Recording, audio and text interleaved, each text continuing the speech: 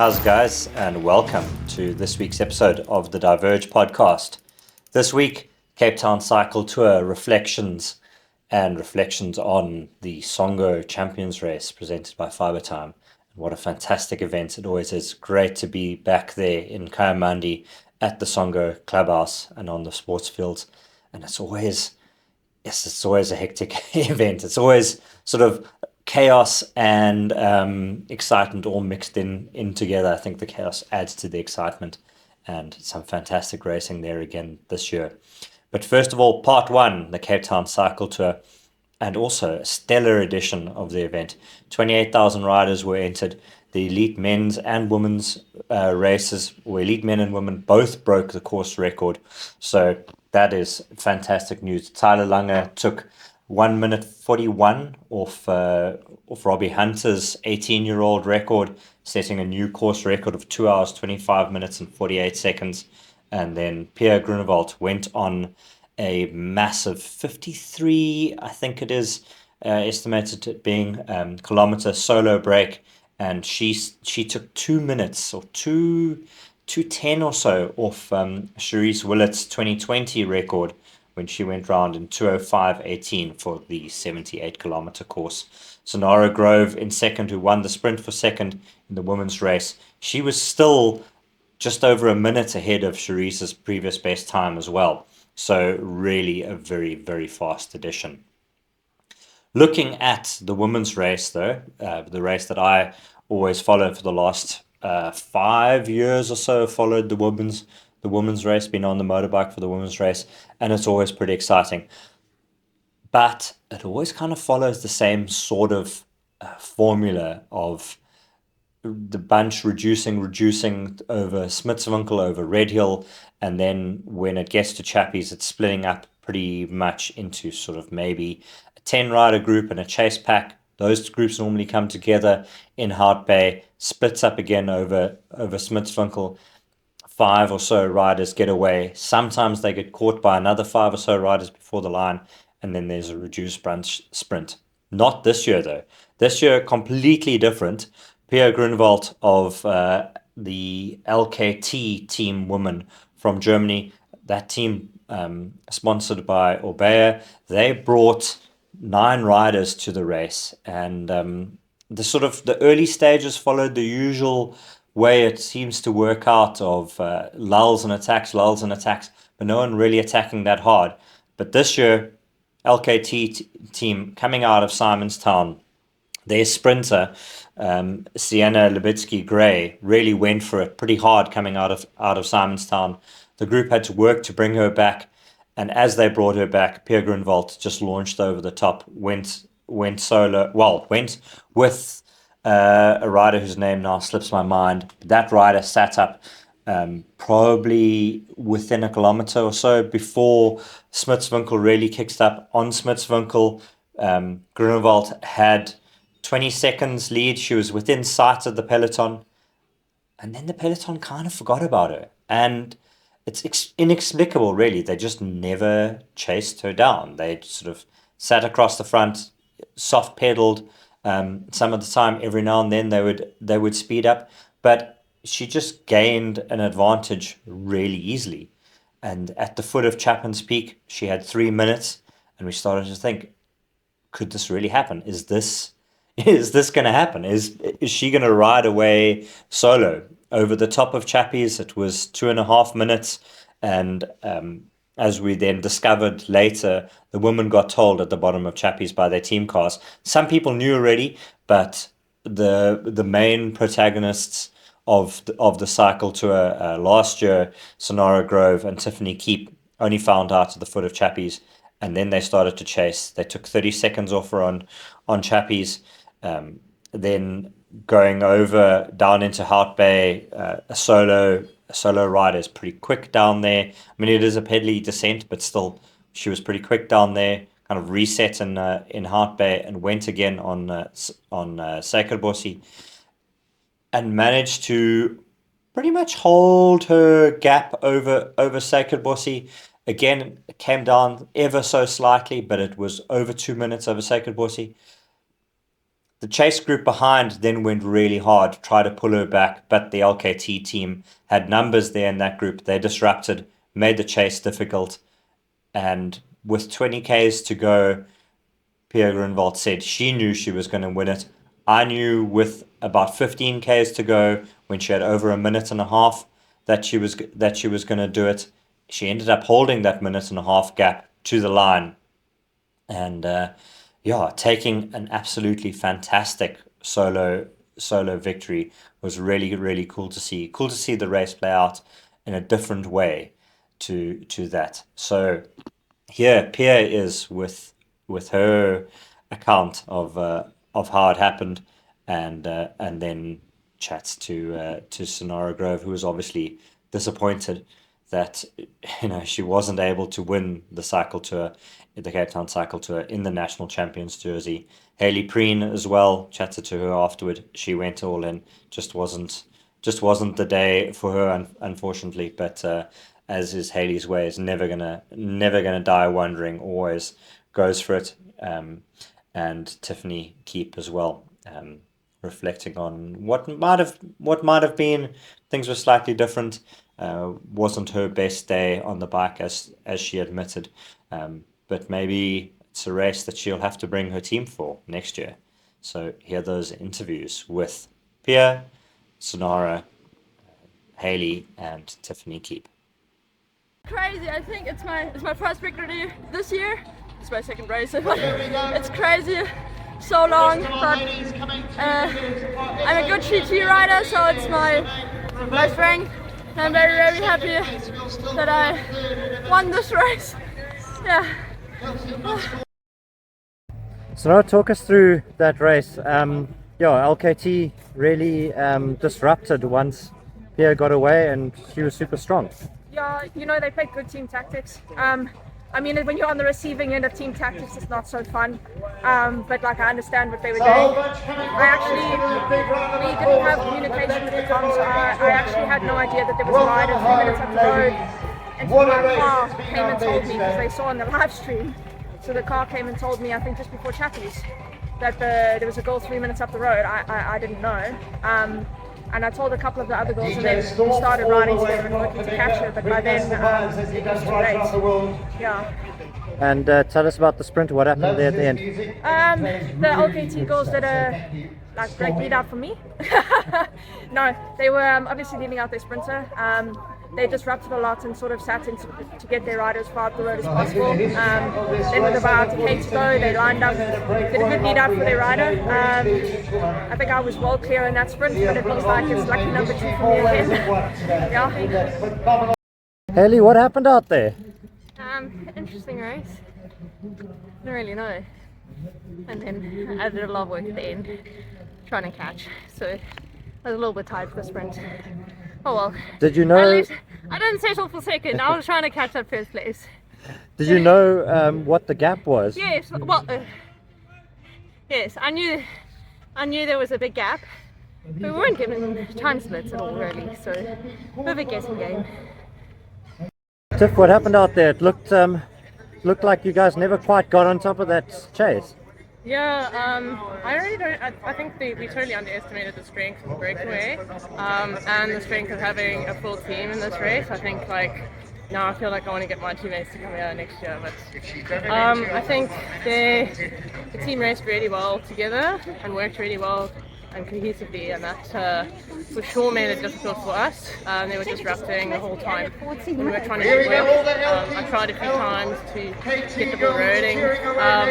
For me, didn't have the best legs today, but I tried to race as smart as I could, and unfortunately just didn't have it in the sprint today. But that's racing. You're not always going to be in your A game in every race. And I tried to race as aggressively as possible already. Just tried to go in with the mindset, as a good friend of mine says, you have to be prepared to risk it all to win. I think I can be happy with how I approached the race, and hoping for better legs next year. But good job to the team that won. I think they rode a good race today.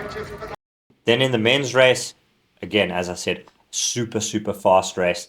The guys really went for it very hard right from the beginning. Made it tough for a break to get away, for a break to try to stay away as well. A couple of breaks that were brought back. Then through Musenberg, a pretty strong group sort of started to get themselves established. Some remnants of that group ended up being caught at the top of Chappies, and then next group sort of formed. Eventually, a strong selection of 7 riders got away over Sekerbossi, but in what's difficult to say is not the commissaire's fault. It kind of looks like the commissaire from the aerial shot in the last kilometre. It kind of looked like the commissaire's car inadvertently towed a group back a bit there, or at least gave a group with the eventual first and second place riders in it a bit of a slipstream, bit of a chance to recover ahead of the sprint.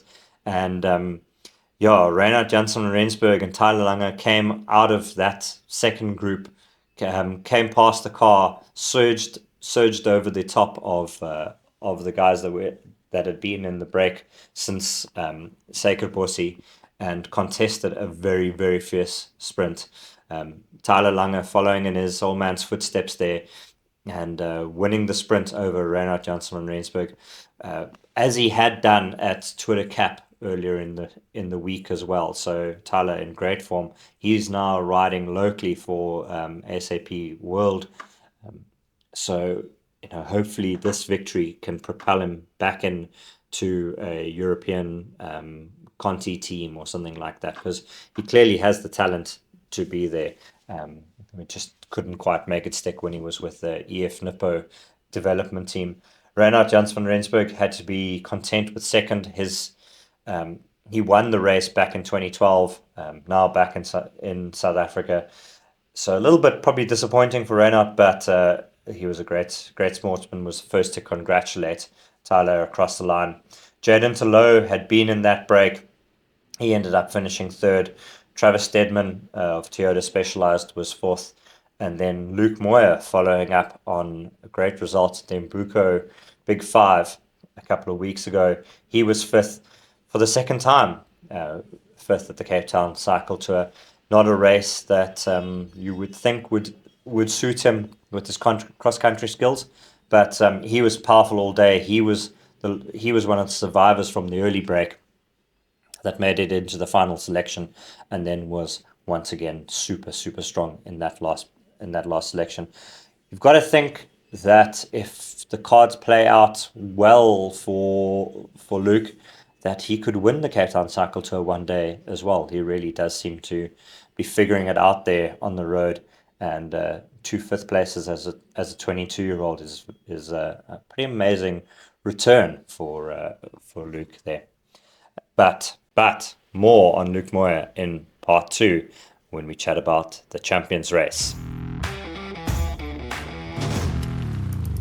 The Songo Champions Race is like one of those highlights of the March time. It's squeezed in between the Cape Town Cycle Tour and the Cape Epic, and it really is. It's one for the fans. It's a fantastic event for everybody to get involved with and to come and watch. And even though the riders may be a little bit begrudging about taking part so close to the Epic and risking it so close to the Epic, especially because they've been training for endurance and now they got to go all out for 20 minutes.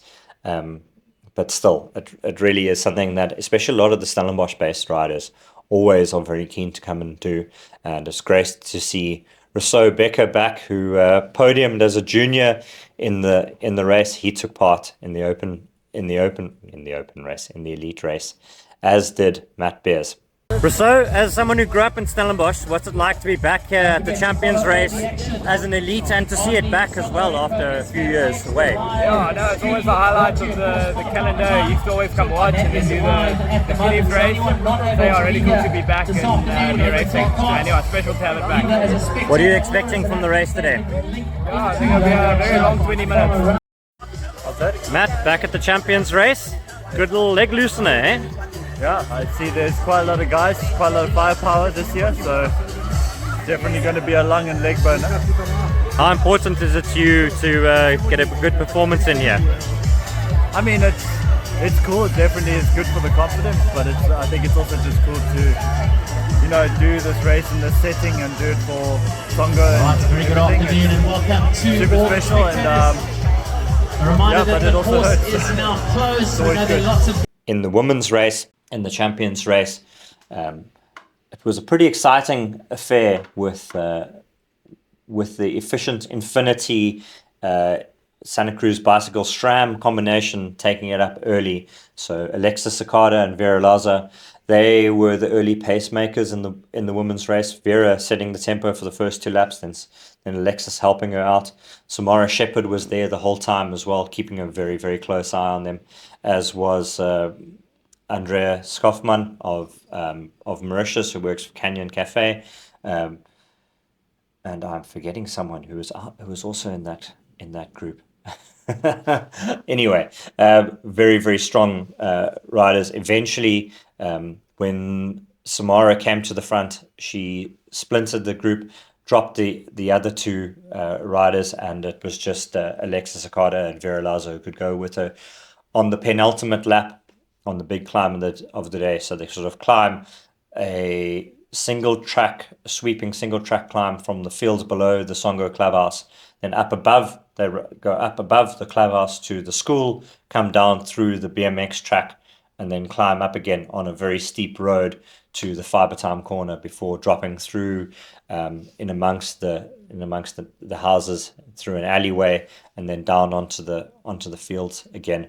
On that tar climb, Samara distanced Alexis and Vera, got a bit of a 10-second lead going into the final lap when she took the bell, and maintained that through all the way until the victory. And the champions race, especially for the women, has proved to be a very good omen. Previous winners have gone on to win the Absa Cape Epic. They include, of course, last year's winner, Anna Terpstra of Ghost Factory Racing, but Annika Langvat and Ariane Luti also both won the champions race before they won the Cape Epic. So it's a cool thing to see for Samara, see if she'll be able to keep it up next week at the Cape Epic. That, of course, wasn't her focus. She was just happy to be out there to loosen the legs up and to spend some time racing on her bike alongside her Absa Cape Epic partner Margot Moschetti. Samara, second time out here at the Songo Champions Race. How was it this year, and how's it feel to take the win? Yeah, it's a very special race. I'm so happy to be here. It's actually my 4th time racing, first time on the podium and first time getting a win. So yeah, I really love racing this one. It's so special through the village.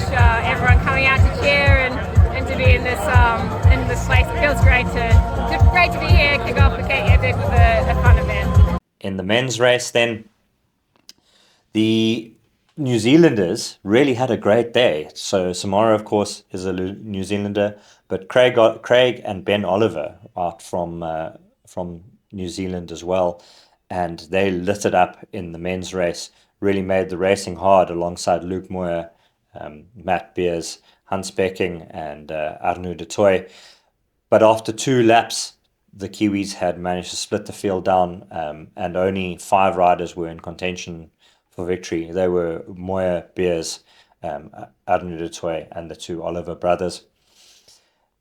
On the final lap, going into the final lap, Matt Beers and Arnaud were sort of on the back foot. Matt just off the group, Arnaud about 30 or 40 meters back, and clearly wasn't going to be in contention for victory.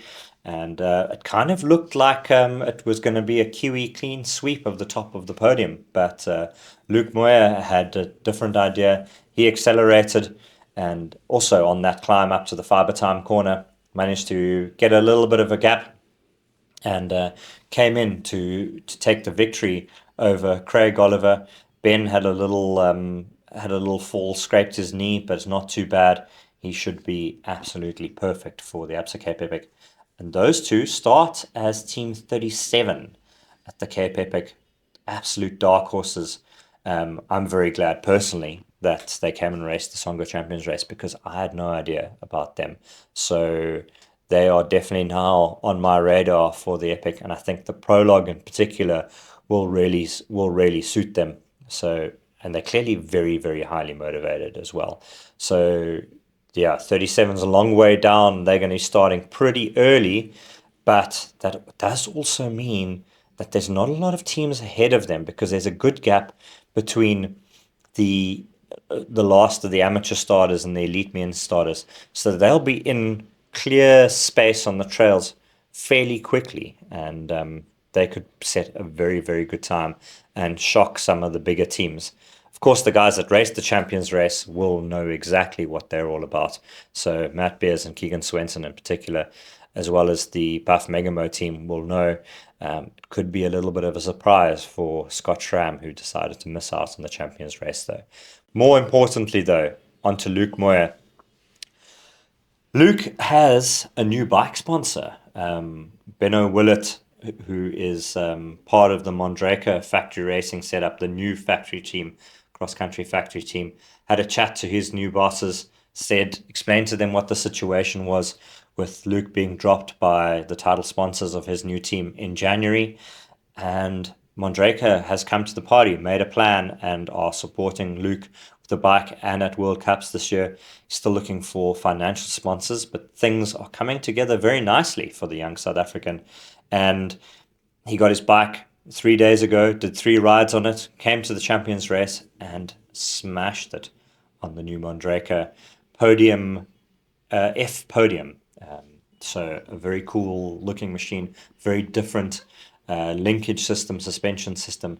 So it's great to see a South African on an interesting Spanish bike, and it's going to be good to see Luke go well on that on the Mondraker this year. So here Luke is with his thoughts after the Champions race. Luke, tell us about what it means to take the win, and then obviously on the new bike as well.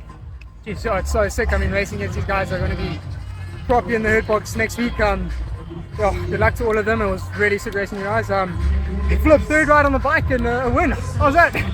No, awesome. Thank you guys for hosting us. And that is it for this week's show. Tune in next week in the week as I try to bring you as much as possible, which might be very little, but hopefully daily snippets at least from the ABSA Cape Epic. Of course, working in the media team, in the TV team, time is tight, but have plans to do morning shows at least from the Cape Epic. So hopefully we'll be chatting to you all then. Until next time, thank you very much for listening to the Diverge Podcast. Cheers.